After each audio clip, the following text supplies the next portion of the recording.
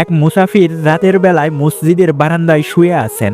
এমন সময় এক চোর মসজিদের মাইক চুরি করে নিয়ে যাচ্ছে। তখন সেই মুসাফির পেছন দিক থেকে চোরটিকে শক্ত করে ধরে চোর চোর বলে চিৎকার করতে থাকলো। তাদের চিৎকার শুনে এলাকাবাসী এসে দেখতে পান দুইজন অপরিচিত লোক, আবার দুইজন লোকই একজন আরেকজনকে চোর বলে চিল্লাচ্ছেন। আসলে চোরকে সেটা তো আর এলাকাবাসী জানে না। তখন এলাকাবাসী এই দুইজনকে এলাকার মাতব্বরের কাছে নিয়ে গেল। মাতব্বর বললেন, তোরা দুজনেই চোর, তোদের শাস্তি হলো সকাল পর্যন্ত তোরা দুজনেই আত্মহত্যায় মারা যাওয়া এই লাশ পাহারা দিবি।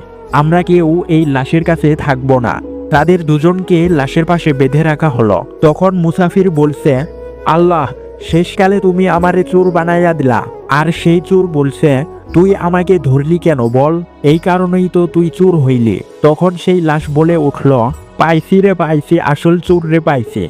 লাশের কথা শুনে চোর আর মুসাফির প্রচন্ড ভয় পেয়েছে।